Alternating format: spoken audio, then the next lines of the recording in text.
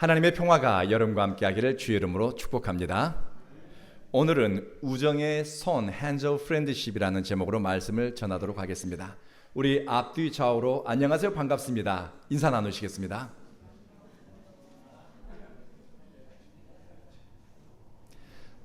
어제 제 인도인 동역자였던 렉스 목사님에게서 연락이 왔습니다.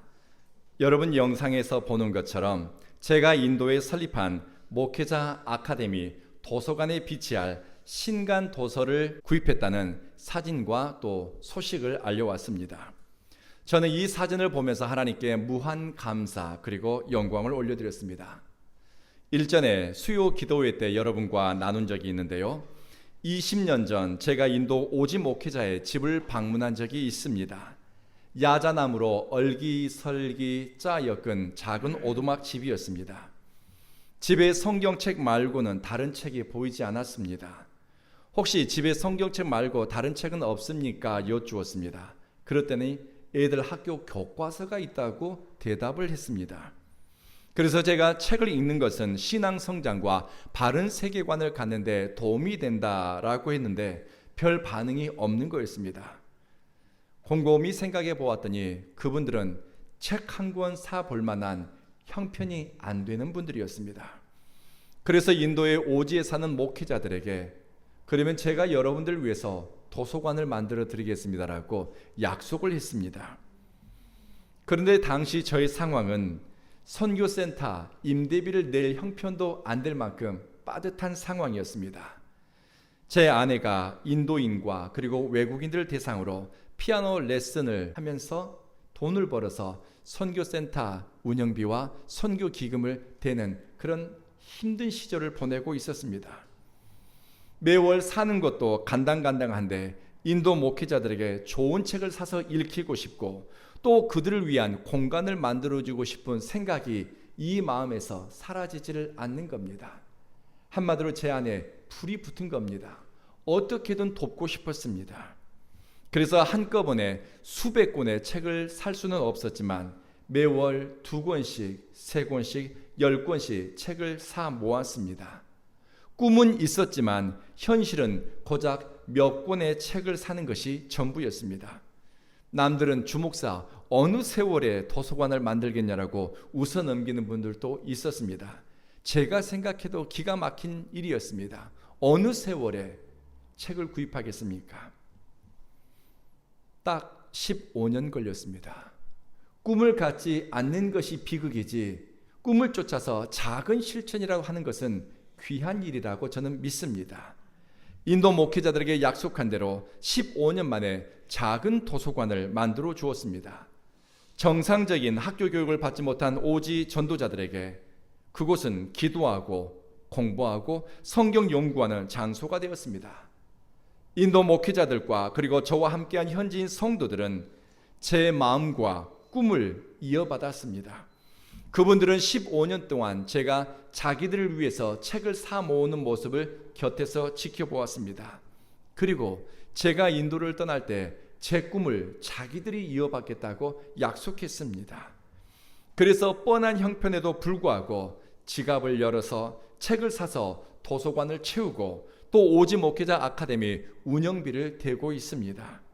하나님이 주신 꿈은 공감되면서 확장되고 또 공감된 꿈은 공동체에게 유익을 가져오는 선택으로 이어진다는 것을 저는 보았습니다.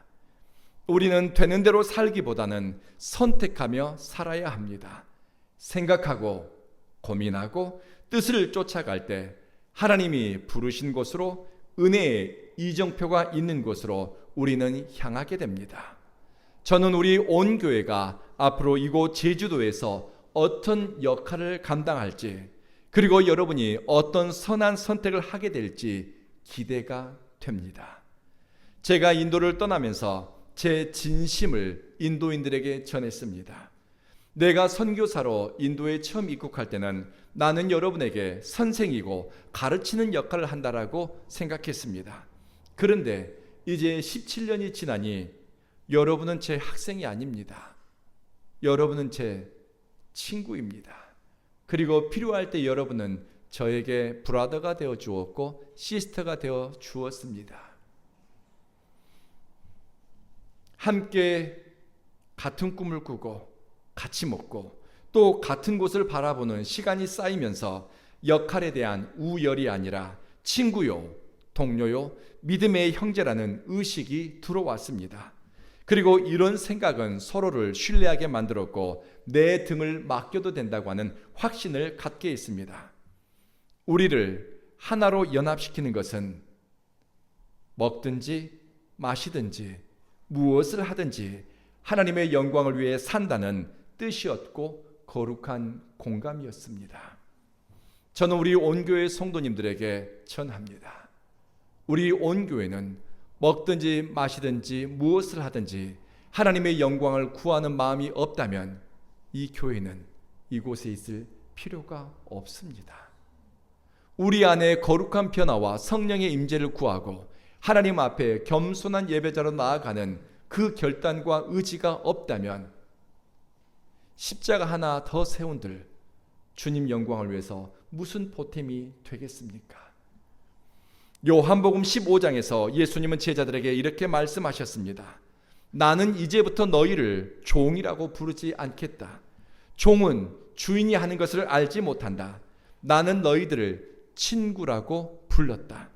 내 아버지께 들은 것을 나는 너희에게 모두 전해 주었다. 주님 말씀하셨습니다. 예수님은 당신 곁에 있는 제자들을 종으로 대하지 않았습니다. 예수님은 당신을 위해 모든 것을 버린 사람들, 예수님을 위해 선택한 사람을 목적을 위한 수단으로 이용하지 않았습니다.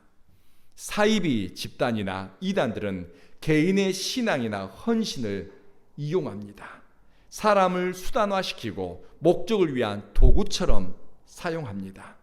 만약 어떤 종교단체나 심지어 교회라도 그런 방식으로 운영되고 또 사람을 그렇게 대한다면 그들은 진리에서 먼 사람들입니다. 예수님은 당신과 함께 먹고 함께 길을 가고 함께 하나님 나라 꿈을 꾸는 사람을 사랑했고 끝까지 사랑했습니다. 한 사람의 인격을, 한 사람의 삶을 소중하게 아꼈습니다. 우리 주님에게는 한 사람의 인생이든 시간이든 물질이든 아무렇지 않게 목적을 위해서 소모되어도 된다라고 주님은 여기지 않았습니다. 한 영혼이 진리 안에서 풍성한 삶을 누리고 하나님의 구원과 은총에 참여하는 것을 우리 주님은 바라고 또 원하셨습니다. 이 예수님의 의도와 뜻이 잘 드러난 곳이 요한복음 15장입니다. 나는 참 포도나무요 내 아버지는 농부란다. 너희가 내게 붙어 있으면 너는 열매를 많이 맺을 것이야. 내 안에 거하게 되면 열매를 풍성하게 맺고 무엇이든지 너희가 구하게 되면 다 이룰 것이야. 그리고 내 아버지 하나님 아버지께서 영광을 받으실 것이다. 하나님 아버지가 나를 사랑한 것처럼 나도 너희를 사랑한단다. 그러니 내 사랑 안에 거하지 않을래?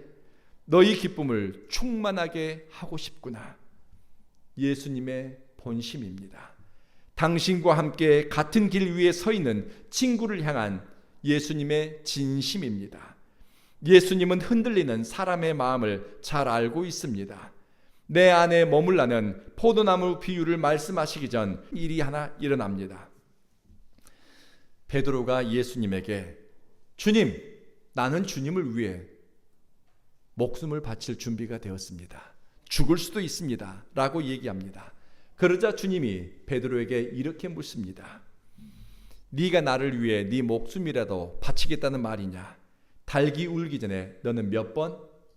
3번 나를 모른다고 부인할 것이다. 예수님과 상관없다라고 잡아뗄 것이라고 주님은 말씀하셨습니다. 예수님은 베드로의 심지가 아직 여물지 않았다는 것을 알고 계셨습니다. 상황이 불리해지면 예수님보다 이해관계를 쫓아 기울어지는 제자의 선택을 우리 주님은 미리 아셨습니다. 주님을 위해 목숨이라도 바칠 각오를 하고 헌신을 다짐해도 사람의 마음은, 저의 마음은, 여러분의 마음은, 우리 모두의 마음은 흔들리고 요란하고 기울어지고 뒤뚱거리게 됩니다. 주님은 흔들리고 비겁하고 야비한 인간의 마음을 아심에도 불구하고 요한복음 15장에서 말씀하십니다. 너희는 내 친구야. 내 안에 거하라. 너희는 내 친구야. 저는 포도나무 비유에서 우리의 흔들리는 삶을 붙잡아 주기 위해 손 내밀어 주시겠다는 주님의 의지가 읽힙니다. 주님의 목숨을 걸고 붙잡아 주겠다는 사랑의 확신이 느껴집니다. 예수님과 함께 같은 길을 가고 예수님과 함께 꿈꾸고 길을 쓰고서 예수님과 함께 동행하려는 사람들에 대한 주님의 견고한 신뢰가 있습니다. 우리만 주님께 믿습니다. 나는 주님을 신뢰합니다. 고백하고 외치는 것이 아닙니다. 여러분, 이 부족하고 허물 많은 인생을 주님이 믿어주시고 주님이 신뢰해 주십니다. 믿습니까? 우리의 이 연약한 인생을 우리 주님이 신뢰해 준다는 것입니다. 예수님과 함께 동행하면서도 누가복음 7장에 보면 제자들의 마음과 관심은 화려한 옷을 입고 사치스럽게 사는 사람들에게 향한 적이 있습니다. 제자의 삶을 사면서도 세상에 대한 동경이 있습니다. 주님은 묻습니다. 너희가 무엇을 보려고 나갔느냐? 흔들리는 갈대냐? 비단 옷, 좋은 옷을 입고 있는 명품 옷을 거치고 사는 사람들을 보고 싶어서 나갔느냐? 육신의 정욕과 안목의 정욕과 이생의 자랑에 마음이 기울어지던 제자들의 연약함을 우리 주님이 아심에도 불구하고 너희는 내 사랑 안에 머물러 있으라 당부하셨습니다. 눈에 보이는 성전의 웅장함과 화려함에 마음을 빼앗겨 생명 없는 종교의 실체를 깨닫지 못하는 제자들을 향해서 주님은 친구라고 불러주셨습니다. 예수 때문에 선택하고 좁은 길인 줄 알면서도 이 길을 가기 위해 뜻을 세우는 사람을 주님은 친구라 여기고 친구라고 불러주십니다. 함께 기쁨에 참여할 동무요 사랑할 대상처럼 대하신 것입니다. 주님은 그들의 삶을 붙들어주고 그들의 울타리가 되어 주신 것입니다. 여러분 화면에 성화 하나가 보일 겁니다. 이 성화의 제목이 있습니다. 우정의 성화라고 불립니다. 고대 이집트 콥틱 기독교인들이 그린 그림입니다. 예수님이 생명의 책을 들고서 한 사람의 어깨에 손을 걸치고 있는 성화입니다. 이 사람의 이름은 순교자 메나스입니다. 이 그림은 프랑스에 있는 떼제 공동체에서 그들이 추구하는 영생이 무엇인가를 드러내는 성화입니다. 순교자 메나스는 목숨을 바쳐 예수님을 사랑하고 따랐던 사람입니다. 예수님이 메나스의 어깨 위에 손을 올리고 있습니다. 권능의 손, 능력의 손, 사랑의 손을 사람의 어깨 위에 올리고 있습니다. 이것을 통해서 고대 이집트의 콥틱 기독교인들은 자신들의 신앙을 고백합니다. 예수님이 우리 곁에 계신다. 손을 얹을 만큼 가까운 거리에 주님이 계시고 그리고 손을 얹을 만큼 친밀한 우정으로 함께 하신다라고 그들은 죽음과 시련과 핍박을 마주하면서도 고백한 것입니다. 구약 성경에 하나님의 손이라는 표현들이 여러 번 등장합니다. 하나님의 능력과 구원에 관해 말할 때 여호와의 손이라고 고백합니다. 그리고 신약 성경을 우리가 읽을 때 조금 주의를 기울인다면 예수님의 손과 관련된 구절을 여럿 발견할 수 있습니다. 앞을 보지 못하는 시각장애인이 예수님을 향해 소리를 지르면서 구한 것이 있습니다. 자기를 만져달라고 구했습니다. 자기를 만져주시기를 예수님께 구했습니다. 예수님은 그에게 다가가 손을 얹어 안수 기도함으로 그의 눈을 고쳐주셨습니다. 마태복음 17장에서 예수님은 제자들과 함께 다볼산 혹은 변화산이라고 불리는 곳에 올라갔습니다. 제자들은 예수님이 모세와 엘리야를 만나 대화를 나눌 때 또 예수님의 모습이 영광스럽게 변하는 것을 보고 제자들은 두려움에 사로잡혔습니다. 예수님은 겁에 질리고 주눅든 신비한 현상 앞에서 얼이 빠져버린 제자들에게 손을 대시며 그들을 만지시며 그들을 터칭하시며 이렇게 말씀하십니다. 일어나라. 두려워하지 말라. 괜찮아. 주님 말씀하셨습니다. 여러분, 우리가 어떤 상황과 두려움 앞에 얼이 빠진 것처럼 정신줄 놓을 때가 있습니다. 그때 우리는 이 주님의 손길을 기다립니다. 일어나라. 두려워하지 마라. 괜찮아. 주님이 만져주신다면 얼마나 큰 위로가 될까요? 누가복음 5장에 보면 어느 동네를 지날 때 나병 걸린 사람이 찾아와 엎드려 사정합니다. 주님 원하시면 나를 깨끗하게 해주실 수 있습니다. 예수님은 말씀 한마디로 백부장의 종을 고친 적이 있습니다.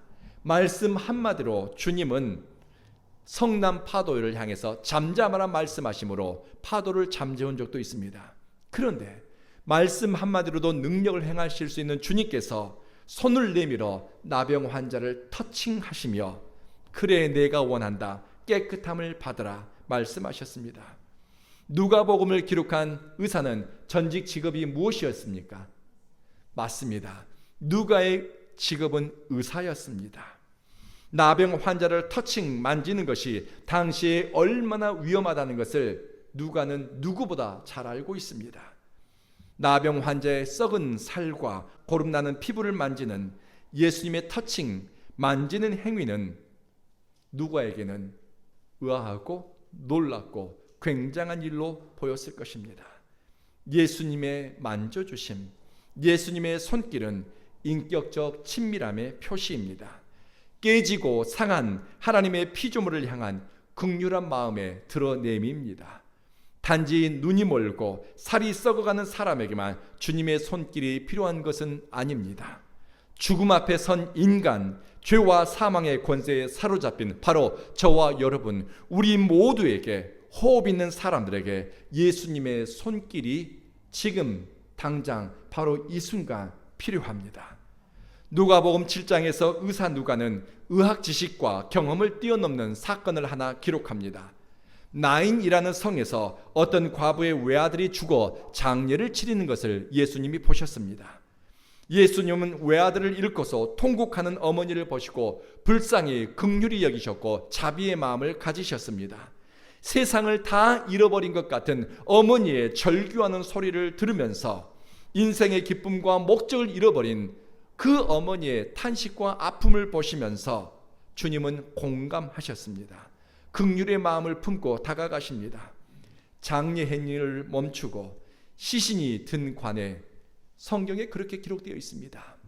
관에 손을 대시며 말씀하시기를 청년아 내가 네게 말하노니 일어나라. 그러자 죽었던 자가 일어나 어머니에게 돌아갔습니다. 사랑하는 성도 여러분, 예수님은 죽음 앞에 선 인간이 마지막에 부를 이름입니다. 죽음이라는 한계 선상에 있는 인간에게 예수님은 믿고 의지할 대상입니다. 믿으십니까? 오래전 인도에서 한인교회를 목회할 때 저희 교회 할머니 집사님이 인도에 있는 병원 중환자실로 이송되었고 산소 마스크를 끼고서 그분이 죽음 앞에서 마지막 숨을 쉬고 있을 때였습니다. 중환자실을 찾아가서 인도 의사들에게 부탁했습니다. 나는 목사입니다. 그리고 저분이 마지막 가는 길을 배웅하고 싶습니다. 라고 이야기했더니 인도는 힌두교의 나라이지만 종교인에 대해서는 굉장히 리스펙트하는 게 있습니다. 그러자 담당 의사가 저에게 그러면 들어가시라고 중환자실에서 제 성도님을 함께 시간을 보낼 수 있도록 자리를 내주었습니다. 사투를 벌이는 것이 보였습니다. 할머니 집사님의 손을 꼭 붙잡고서 중환자실에서 그 성도님의 마음이 느껴졌습니다. 말도 통하지 않는 외국의 낯선 병원에서 여러분 홀로 죽어간다고 생각해 보십시오. 얼마나 무섭겠습니까? 우리 성도님의 손을 꼭 붙잡고 제가 찬송을 불렀습니다. 운명하실 때까지 불렀습니다. 그분의 손을 꼭 붙잡고 찬송을 부르다 멈추고 말씀드렸습니다. 집사님, 예수의 이름을 부르세요. 예수를 따라가세요. 빛되고 생명 되신 예수 그리스도를 마지막 순간까지 힘써 붙잡으세요. 그리고 찬송을 불렀습니다. 어느 순간이었습니다. 코마 상태에 있었던 집사님이, 저는 의학적인 건 모르겠습니다, 제 손을 잡는데 얼마나 강하게 제 손을 꼭 붙잡는지 손이 떨어지지를 않습니다. 그렇게 강하게 집사님이 제 손을 붙잡았습니다. 그때 제가 깨달았습니다. 손 잡아줌을 통해서 죽음 앞에 선 집사님과 내가 연대하고 있구나, 이어지고 있구나, 그리고 우리는 예수 안에서 서로 연결되고 있다는 확신이 들었습니다. 찬송을 불렀습니다. 계속 불렀습니다. 그 옆에서 이 모습을 지켜보던 그 집사님의 며느리가 이렇게 이야기했습니다. 목사님, 우리 어머니 얼굴 좀 보세요. 우리 어머니 얼굴이 빛이 나요. 우리 어머니 얼굴이 너무 맑아요. 그분은 운명하셨습니다. 우리는 매일 매순간 예수님의 손길이 내 병든 마음을 만지시도록 주눅들고 위축된 내 심령을 괜찮다고 만져주시기를, 내가 어찌할 수 없는 환경을 주님 손에 붙들려 넘어서기를 바라고 또 구하게 됩니다. 예수님의 손은 친구들을 향한 보호의 손이고 신뢰와 우정의 표현입니다. 예수님은 죽음을 앞두고서 제자들에게 떡과 포도주를 나누어 주었습니다. 예수님의 손으로 떼어준 떡, 예수님이 건네준 포도주를 마시면서 제자들은 예수님과 함께 교감했습니다. 예수님의 손에서 제자의 손으로 전해진 떡과 포도주는 단순히 떡과 포도주가 아니라 예수님의 살이고 예수님의 피였습니다. 그들은 죄와 사망을 넘어 부활 생명에 참여하게 되었습니다. 예수님의 손의 닿음과 이어짐, 이것은 관계의 형성입니다. 주님은 우리의 못남이나 연약함 때문에 등 돌리시는 분, 외면하시는 분이 아닙니다. 약하고 보잘것없고 흔들리고 감추고 싶은 것이 많기 때문에 내 친구여 손 내밀어 주십니다. 그리고 허물 많은 인생 위에 당신의 손을 얹으십니다. 주님이 우리 어깨 위에 손을 얹어주시는 것은 짐이 아닙니다. 능력이요, 권세요, 생명이요, 위로요, 평강입니다. 주님이 가신 길을 따라가고 주님이 품은 뜻을 품었다는 이유만으로도 우리를 향한 주님의 마음은 깊은 우정과 신뢰, 존중과 확신입니다. 이것이 은총입니다.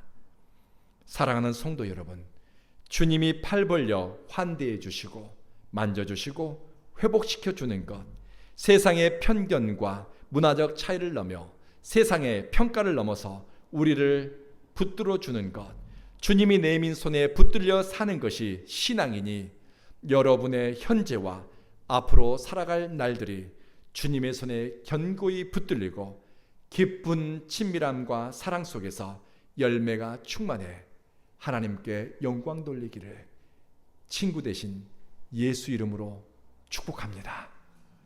기도하겠습니다.